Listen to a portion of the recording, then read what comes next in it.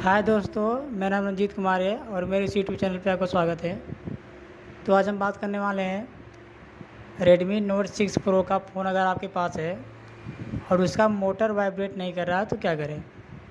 आप सेटिंग से चेक कर लिए फिर भी सही नहीं हो रहा है, मोटर को चेंज कर रहे हो फिर भी नहीं सही हो रहा है, तो आपको समझ में नहीं आता कि हम क्या करें। तो आज मैं आपको बताऊँगा, सिस्टमेटिक के जरिए स्टेप बाय स्टेप आपको समझाऊँगा कि आप कैसे सही करेंगे।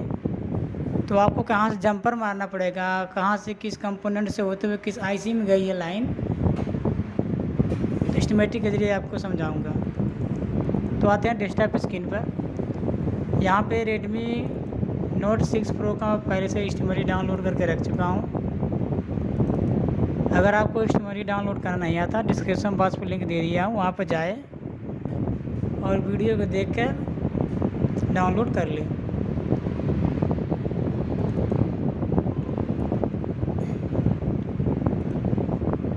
जैसे हम इसको ओपन किए, ओपन करने के बाद यहाँ पर हमको 5 फाइल दिख रही है। तो जो दूसरा वाला फाइल है उसको करेंगे ओपन।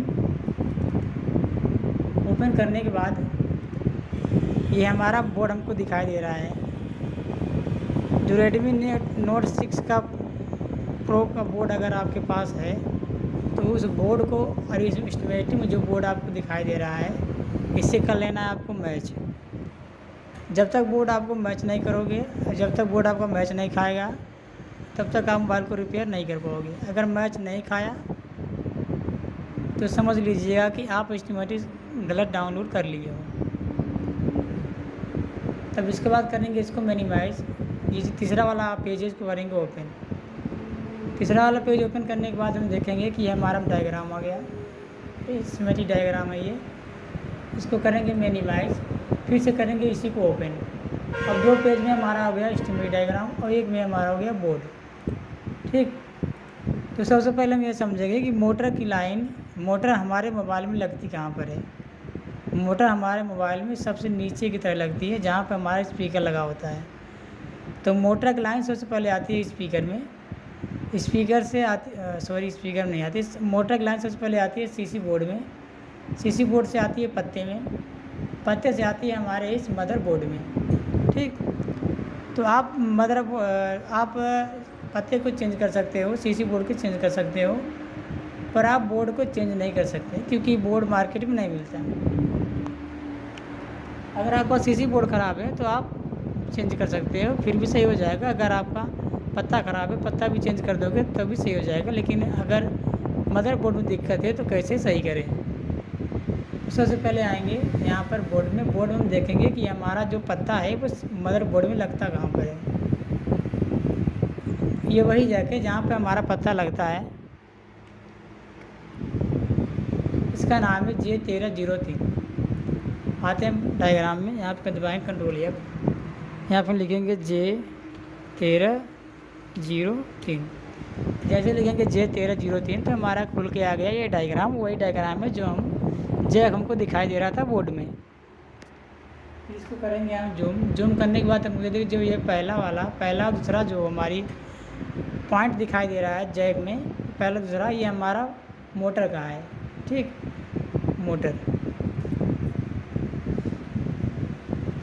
जो मोटर लिखा मोटो P इसका मतलब प्लस, मोटो M का मतलब है माइनस। ठीक, तो इसको करेंगे हम ट्रेस। ये लाइन अब यहाँ से कहाँ जा रही है, सबसे पहले हम करेंगे यहाँ मल्टीमीटर का एक पॉइंट वहाँ पर रखेंगे जहाँ पर हम मोटर लगाते हैं, और डाट चेक करेंगे इस वाले फर्स्ट वाले पिन पर। जब फर्स्ट वाले पिन पर चेक करेंगे, अगर बीप आ गया तो ठीक है, दोनों पॉइंटों पर चेक कर लेना है, मोटर के दोनों पॉइंटों पर चेक कर लेना है। किसी में एक में बीप आएगी, अगर किसी एक में बीप आ गया तो समझ आना कि हमारी लाइन यहाँ से लेके वहाँ तक ओके है। और दूसरे में भी चेक कर लेना है कि दूसरा वाला पॉइंट रखने पर दूसरे वाले पॉइंट से बीप आती है कि नहीं आती है। अगर बीप आ गया तो समझ आना कि हमारी वहाँ से लेके यहाँ तक हमारी लाइन ओके है।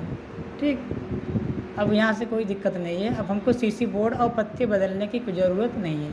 अब हमारा दिक्कत है मदरबोर्ड में, तो इसको करेंगे कॉपी, इस वाली लाइन को, इसका नाम को करेंगे कॉपी। कॉपी करने के बाद आएंगे इस वाले पेज में, यहाँ पे दबाएंगे कंट्रोल F। जैसे हम कंट्रोल F दबाएंगे सर्च का ऑप्शन खुल के आएगा, यहाँ पे कर देंगे पेस्ट। जैसे हम उसको यहाँ पे करेंगे पेस्ट,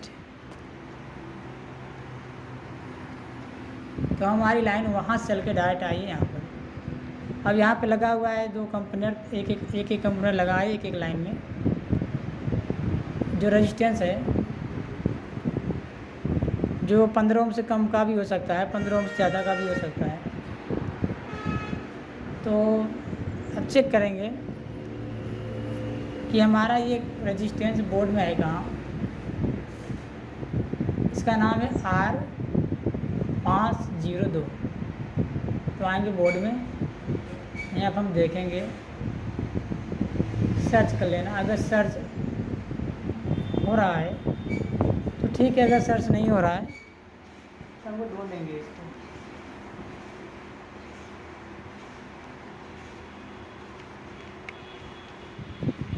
ये रहा हमारा R502 रजिस्टेंस हमको मिल गया। हम क्या करेंगे, अब यहाँ पे हमको चेक कर लेना है बीप। इस वाले पॉइंट हमको चेक कर लेना है बीप। अब जैसे हम चेक किए थे मोटर का, अगले मोटर पे एक पॉइंट रखेंगे मल्टीमीटर का, और यहाँ पे चेक करेंगे इस रेजिस्टेंस पे। अगर बीप आ गया तो समझ जाना हमारी वहाँ से लेके यहाँ तक हमारी लाइन ओके है। अगर बीप नहीं आया तो समझ जाना कि हमारी लाइन यहाँ से ख़राब है, कहीं ना कहीं बीच से ब्रेक है। तो हम क्या करेंगे, इस रजिस्टर से डायरेक्ट जंपर उठाएंगे और जंपर उठाने पर डायरेक्ट मार देंगे मोटर पे। जैसे मोटर के प्लस से मार देंगे अपना हम जंपर, तो हमारा मोटर है वाइब्रेट करेगा। ठीक, अब आएंगे माइनस वाली लाइन पे। माइनस वाली लाइन पे हम देखेंगे यहाँ पर लगा हुआ है एक रेजिस्टेंस। अब हमको करना क्या है, जैसे हम प्लस का ट्रेस किया था वैसे हमको माइनस का भी करना है। मल्टीमीटर का माइनस वाले पॉइंट पर रख लेना है जहाँ पर मोटर लगाते हैं, और एक पॉइंट हमको चेक करना है इस रेजिस्टेंस पे। अगर बीप आ गया तो समझ जाना कि हमारी लाइन यहाँ से लेकर वहाँ तक ओके है। अगर बीप नहीं आया तो समझ जाना कि हमारी लाइन कहीं ना कहीं से ब्रेक है। तो क्या करेंगे, हम डायरेक्ट यहाँ से जंपर मारेंगे माइनस वाले पॉइंट पे। ठीक, अगर मान लो कि आपका लाइन भी सही है और आपका रेजिस्टेंस भी सही है और फिर भी हमारा मोटर वाइब्रेट नहीं कर रहा है, तो क्या करें। ठीक, तो आएंगे इस आईसी में। तो आएंगे इस आईसी में, हम करेंगे इस आईसी पे काम। लेकिन आईसी पे काम करने से पहले हमको चेक कर लेना है कि इस आईसी को चलाने के लिए हमको इनपुट वोल्टेज मिल रहा है कि नहीं मिल रहा है। किसी भी चीज़ को चलाने के लिए, काम करने के लिए, इलेक्ट्रिक चीज़ों को अगर चलाना है तो हमको इसको इनपुट वोल्टेज ज़रूरी है। अगर इनपुट वोल्टेज नहीं मिला तो ये चलेगा नहीं। ठीक, इसको इनपुट वोल्टेज कहाँ से मिल रहा है, इसको इनपुट वोल्टेज मिल रहा है, ये जो लाइन है बीपीएस पावर लाइन, यहाँ से मिल रहा है। ये बीपीएस पावर लाइन बनता कहाँ से, ये बनता है चार्जिंग आईसी से। ये लाइन, अगर ये लाइन इसको मिलेगी तब ये आईसी काम करेगी। अगर ये बीपीएस पावर लाइन इसको नहीं मिला तो ये आईसी काम नहीं करेगी। ऐसा ना हो कि ये लाइन इन्हें इसको मिल रहा हो, अब आप आईसी पे काम कर दो और आईसी सही है फिर भी इसको ख़राब कर दो, तो ये और ख़राब हो जाएगा। तो यहाँ पे लगा हुआ है कैपेसिटर, और इस कैपेसिटर का नाम है C504। तो आएंगे बोर्ड में, यहाँ पे हम देखेंगे C504, ये रहा हमारा C504। C504 पे हमको चेक कर लेना है वोल्टेज। जो वोल्टेज होना चाहिए 3.7 से लेकर 4.2 तक। अगर इतना वोल्टेज हमको मिल गया तो समझ जाना कि हमारा इनपुट वोल्टेज हमको मिल रहा है, हमारा 100% ख़राब है, ये आईसी ही ख़राब है। ठीक,